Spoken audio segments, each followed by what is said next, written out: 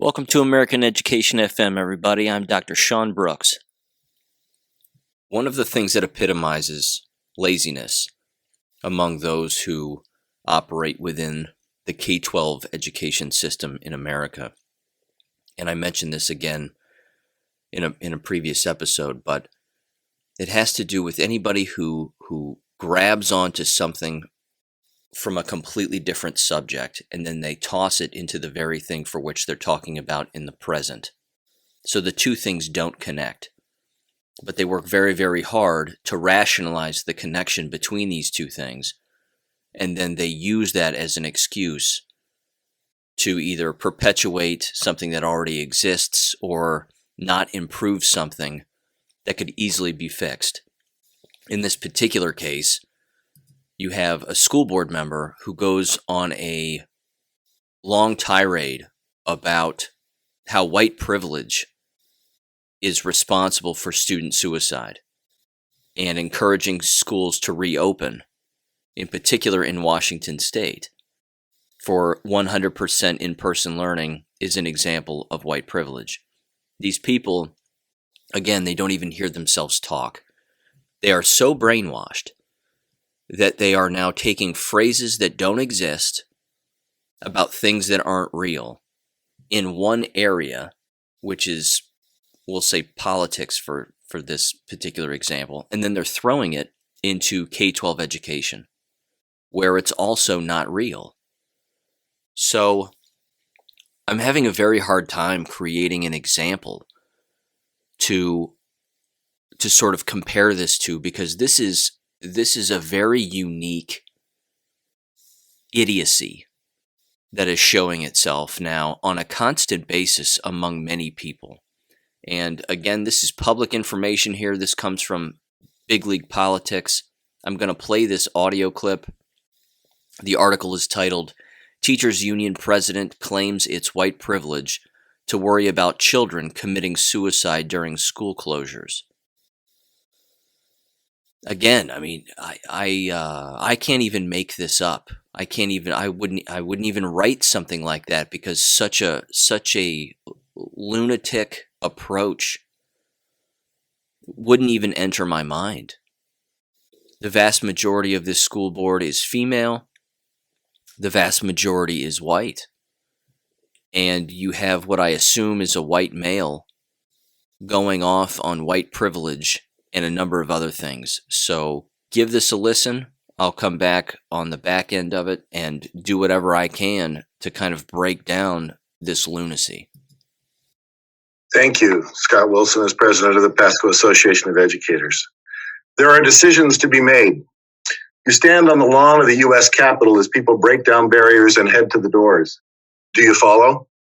You stand at the governor's mansion, the crowd breaks down barriers to enter the grounds. Do you follow, or do you choose a different way? We must not ignore the culture of white supremacy and white privilege. We have seen it in the Free to Breathe, Reopen Everything rodeos and rallies that received county commissioner support.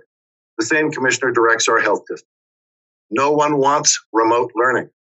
No one wants remote learning, but it is the right thing to do. We know the equity concerns. Virus transmission is high, headed higher. With so many ignoring and avoiding measures to stop the spread, remote learning is the right decision. You've moved forward as the health district removes the barricades for you. You could choose a different way. You could move to pause in-person learning.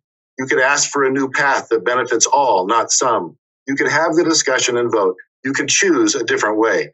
Students are not coming to school. They live in multi-generational homes and have lost family members. We speak of equity. We speak of care of all students. And yet we listen and attend to voices saying, reopen everything, and free to breathe, supporting white privilege. My family had to leave the Tri-Cities in '66. As minister of the First Presbyterian Church of Kennewick, Dad had the audacity to say Jesus Christ would not support a sign telling blacks, stay out of Kennewick after dark.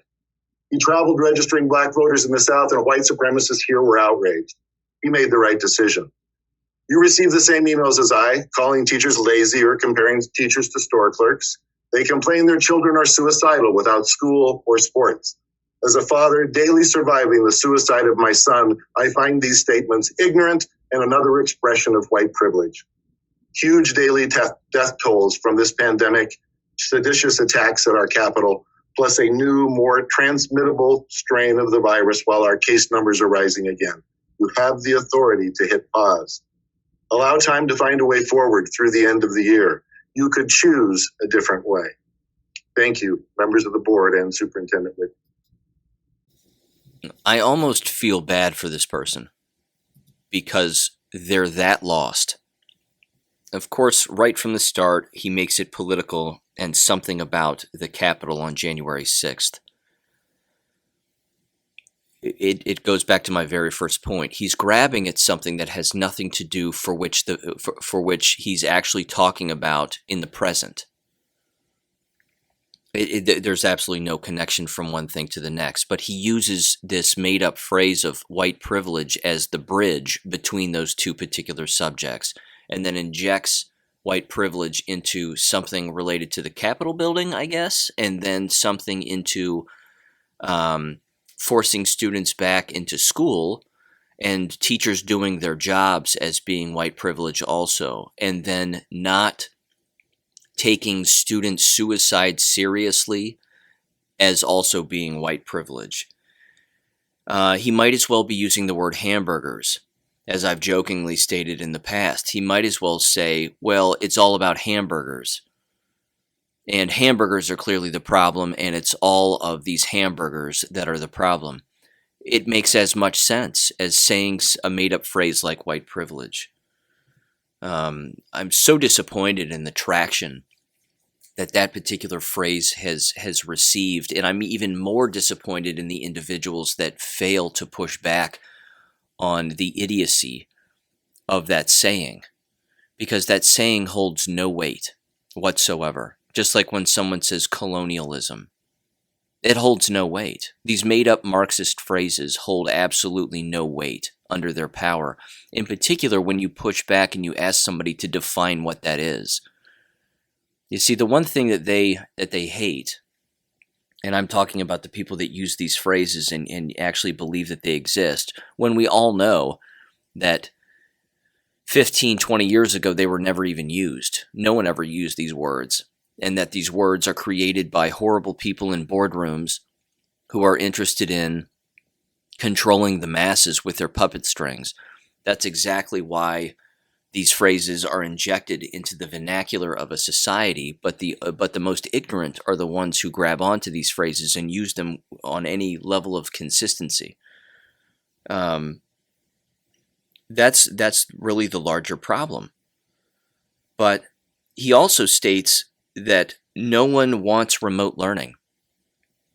Well, that's not true. You need to be very careful about using the word no one, because that's like saying everybody. Everybody doesn't want remote learning. That's not true. There's nothing true about that statement. And then he talks about equity and brings that word up again, and how we need to be equitable, and you're not being equitable about returning to school. As it turns out, many schools that went from being fully remote and are now fully back, for some reason, they decided to sort of reintegrate their schools by bringing in special education students and minority students first.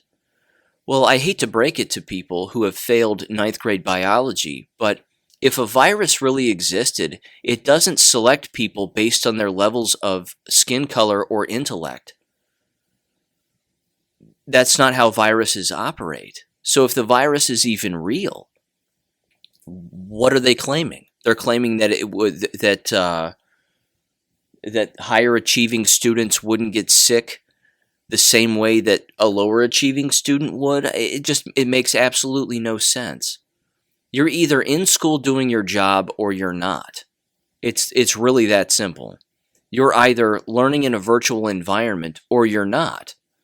It's not that one environment works and another doesn't. They both work, but that all depends on the mind of the individual doing the teaching and how sound that mind is. If that mind is not well, as this apparent principal or president of this school board is clearly not well, then what does that say about everybody else? What does that say about the countless individuals who agree with that person, and then those individuals are actually classroom teachers? It's every word out of his mouth is indicative of such a larger problem that it's hard to know exactly where to start and where to end. So this has absolutely nothing to do with a made-up phrase of white privilege. I'm going to continue here because this Big League Politics article is an interesting one. And it says at the bottom, Big League Politics has reported on teachers claiming that it's racist to want to open schools.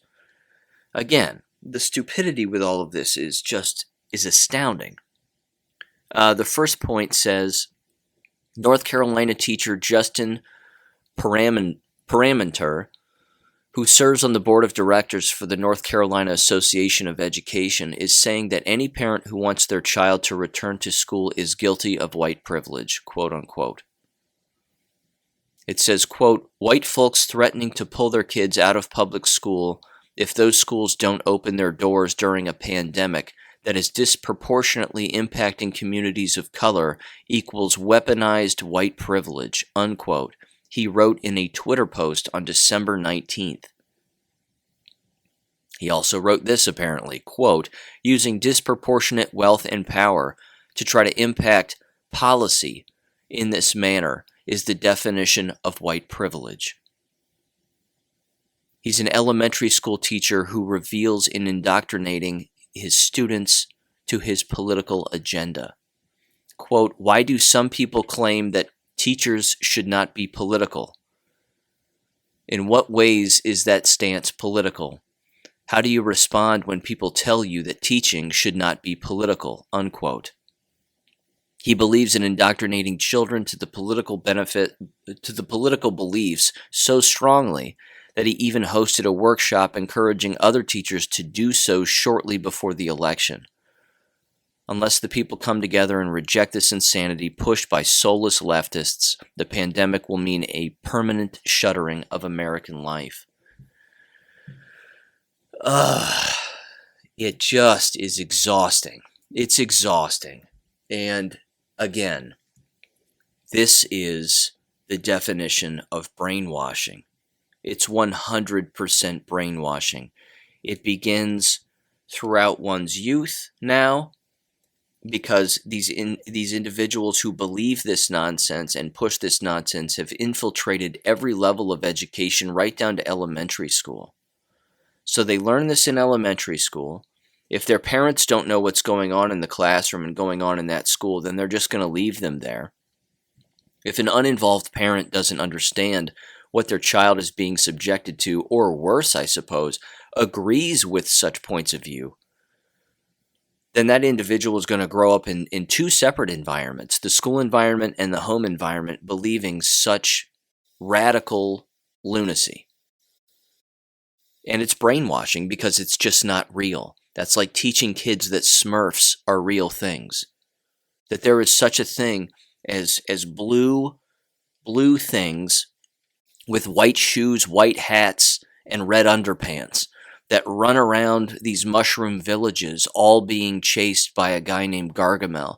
If you grow up believing that that's real, and you carry that into adulthood and into every profession that you have, and then spread that to your employees or those that you're responsible for mentoring or tutoring, there is something seriously wrong with you.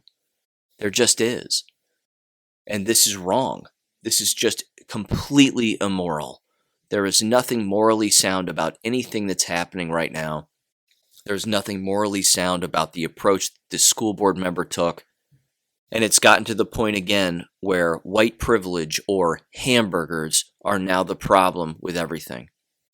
Your pants don't fit, it's white privilege. Can't find the right shoes that you want, white privilege. Don't have enough money in the bank, white privilege. White privilege, white privilege, white privilege. It's so repetitive, it's dumb. But again, they don't hear themselves because apparently somewhere along the line a brain transplant has occurred, and they've been the victim of Hannibal Lecter. I really don't know what else has happened here, but this is insane, And again, shame on, and I really do mean this, shame on the people who sat in this board meeting and just let this person say this. I mean, it's a Zoom call. They could have just written "shut up" on a piece of white paper, which would have been racist, so watch out, and then hold it up in front of the screen and just tell the person to shut up. Or more professionally, I suppose, write on a piece of paper, "stop talking." Just write the word "stop talking." Or push back and say what that person said is absolutely insane. And it has absolutely no basis in fact. But they don't do that. It's one, well, thank you for your opinion and thank you for talking. Okay, on to the next person.